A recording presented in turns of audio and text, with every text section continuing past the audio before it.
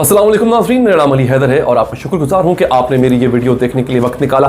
नाज़रीन, आज एक बहुत बड़ा काम हुआ है, वो चीज़ जिसके बारे में मैं बहुत दिनों से बात कर रहा हूं। मैं ये नहीं कह रहा कि मेरी बात मान के हुकूमत ने ऐसा किया है, अल्लाह ताला दिल में बात डाल देता होता है। तो अल्लाह ताला ने शायद हमारी हुकूमत के दिल में बात डाल दी कि अब हम बाकायदा फौजी ताकत के जरिए फ़लस्तीनियों की मदद करेंगे।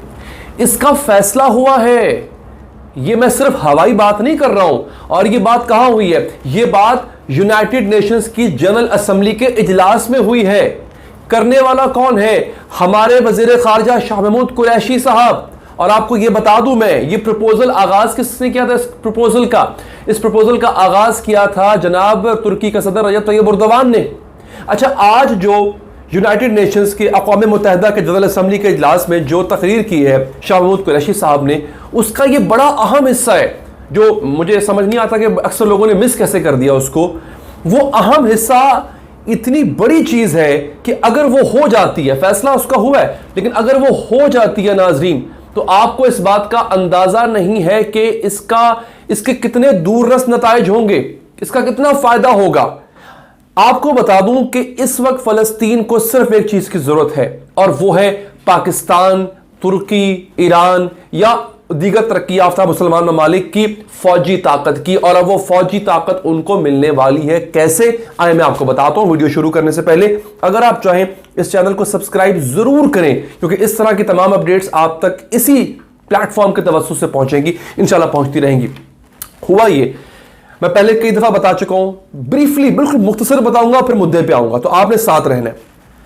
रजब तैयब एर्दोगान ने अपने खिताब में कहा था कि हम 20 ममालिक की एक आलमी तहफ़्फ़ुज़ फोर्स बनाते हैं, इंटरनेशनल प्रोटेक्शन फोर्स बनाते हैं, जिसका काम ये होगा कि वो 20 ममालिक के जो फौजी दस्ते हैं उनको इकट्ठा करके फ़लस्तीन में उतार देगी। वहां पे वो लोग रहेंगे, इसराइल की जुर्रत नहीं होगी कि वो आंख उठा के फ़लस्तीन की तरफ, जितना भी फ़लस्तीन बेचारा रह गया उसकी तरफ देखे। इस मामले में रजब तैयब एर्दोगान ने 20 ममालिक के सरबराहान को कॉल की, इमरान खान साहब को भी कॉल गई। इमरान खान साहब का जवाब क्या था वो हम में से किसी को पता नहीं था। मैंने आपको पहले भी वीडियो में बताया कि हमें नहीं पता कि इमरान खान साहब ने यस कहा है या नो कहा है, लेकिन आज जो वजीर खारजा शाह महमूद कुरैशी साहब ने तकरीर की है उसमें वाज़ेह नजर आ रहा है कि पाकिस्तान इसका हिस्सा है, पाकिस्तान अपनी फौज भिजवाएगा। क्यों? शाह महमूद कुरैशी साहब ने कैटेगोरिकली कह दिया है कि हम आलमी तहफ़्फ़ुज़ फोर्स के क़याम चाहते हैं, हम इंटरनेशनल प्रोटेक्शन फोर्स का क़याम चाहते हैं। जो बात तुर्की कर रहा था, एग्जैक्टली वही बात शाह महमूद कुरैशी कर रहे हैं।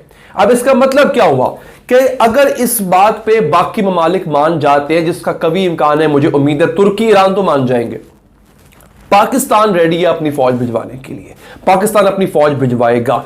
मैं ये कहता हूं, देखें अगेन हम बात ही कर सकते हैं, हम सहाफ़ी बात कर सकते होते हैं, मुझे नहीं पता हुकूमत हमारे मशवरे मानती है, सुनती भी है या नहीं सुनती, लेकिन कम से कम बात तो करनी चाहिए कि अगर बाकी ममालिक फर्ज करो नहीं भी मानते, मुझे अरब ममालिक से तो तवक्को नहीं है, आपको अगर है तो बताइएगा, मुझे कोई तवक्को नहीं है अरब ममालिक से, तो कम से कम तुर्की, ईरान और पाकिस्तान ये अपनी फौज भेज सकते हैं। मैं, आपने मेरे साथ रहना थोड़ी देर और आपने मेरा दाश्त करना है, आपको बताऊंगा इसमें हर्डल क्या है। मेरी एक साबिक फौजी जर्नैल से, पाकिस्तान के बड़े मशहूर जर्नैल, बड़े मायानाज वो है एनालिस्ट भी हैं, उनसे मेरी बात हुई है।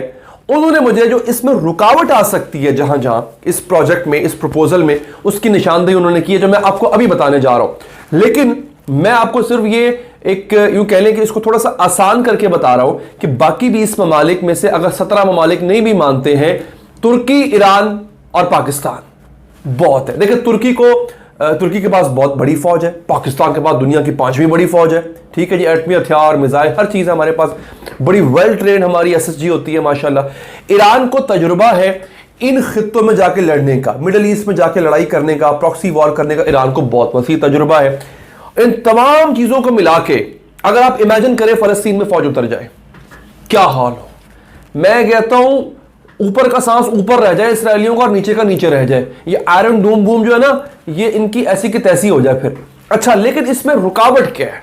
अब जिन जर्नैल साहब से मेरी बात हुई, जनरल साहब से, उन्होंने कहा इसके लिए एक मसला है कि वो रियासतें जो फलस्तीन के बिल्कुल बॉर्डर पे हैं, जो इसराइल फलस्तीन के बॉर्डर पे हैं, उनका साथ होना बहुत जरूरी है। मैंने पूछा क्यों? उन्होंने कहा उसकी वजह यह है कि फौज ऐसे ही, मतलब ऐसे नहीं कि आप उसको हवा से ड्रॉप कर दें और किसी इलाके में पहुंच जाए। उसको खुराक चाहिए होती है, उसके हथियारों को मेंटेनेंस चाहिए होती है, उसकी व्हीकल्स को मेंटेनेंस चाहिए होती है, उसके पास अगर हवाई जहाज़ों का इस्तेमाल हो रहा है उसको अड्डा चाहिए होता है। अब फ़लस्तीन पूरे में कोई अड्डा तो है नहीं। कोई ऐसा मुल्क जिसमें खास तौर पे दो मुल्क अहम है, मिस्र और उर्दन, ये दो ममालिक हैं जो अगर इजाजत दे दे कि पाकिस्तानी फौज, तुर्की की फौज या ईरान की फौज, ये जो इनका आपस में एक गठजोड़ बनेगा, या बाकी ममालिक भी अगर इकट्ठे होकर एक आलमी फोर्स बनाते हैं, उनका जो स्टेशन है या वो मिस्र में हो या उर्दन में हो। क्योंकि उन्होंने मिसाल ये दी कि अमेरिका भी अफगानिस्तान पे जब बमबारी करता था ना, तो वो अपने बहरी, ऐसा नहीं था कि वो किसी साथ वाले हमसाया मुल्क के अंदर उसकी फौज जो है वो रहती थी और फिर वहां से वो जाती थी हमला करने। वो अपने जो उनके होते थे ना एयरक्राफ्ट कैरियर्स, उनसे जहाज उड़ते थे जो कि समंदर में खड़े होते थे, या पाकिस्तान से उन्होंने बेस ली थी। ठीक है ना जी। तो आपको किसी भी मुल्क में अगर आपने या हमला करना है या हिफाजत करनी है, तो ऐसे मुल्क में नहीं जा सकते डायरेक्ट आप जो कि खाना जंगी का शिकार है, जो कि खाना जंगी कह रहा हूं माजरत के साथ, किसी इस्तेमारी ताकत की तरफ से हमले का शिकार है। आप हमसाया मुल्क में जगह लेते हो। अब मिस्र और उर्दन फिलहाल इजाजत नहीं दे रहे, ये उन जनरल साहब ने मुझे बताया है। अल्लाह ताला उनको हिदायत दे कि वो इजाजत दें। उन्होंने अगर इजाजत दे दी नाज़रीन, फिर ये कोई मसला नहीं है, फिर ये फौजें बड़े आराम से वहां पे जा सकती हैं। एक बात उन्होंने एक और बात की कि ऐसे मौके पे आपको उस मुल्क से भी इजाजत लेना पड़ती है जिस मुल्क के बॉर्डर पे फौजें खड़ी होंगी। फलस्तीन से तो परमिशन मिल जाएगी, आपको इसराइल से भी लेनी पड़ेगी, लेकिन ये एक मुश्किल है, इसराइल तो कभी परमिशन नहीं देगा इस चीज की।